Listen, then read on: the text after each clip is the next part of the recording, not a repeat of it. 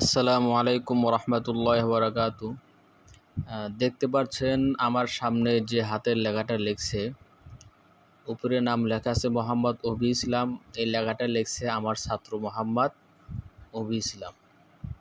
সুন্দর করে লিখছে বাংলা এবং আরবি। ঠিক আছে, নাম হচ্ছে মোহাম্মদ অভি ইসলাম। বলো তোমার নাম কি? জোরে বলো। কোন শ্রেণীতে পড়ো? আমার নাম মোহাম্মদ আকাইদ খান। কোন শ্রেণীতে পড়ো? দ্বিতীয় শ্রেণীতে। তোমার নাম কি? মোহাম্মদ নাসির উদ্দিন। মাশাআল্লাহ। নাম কি? আর মোহাম্মদ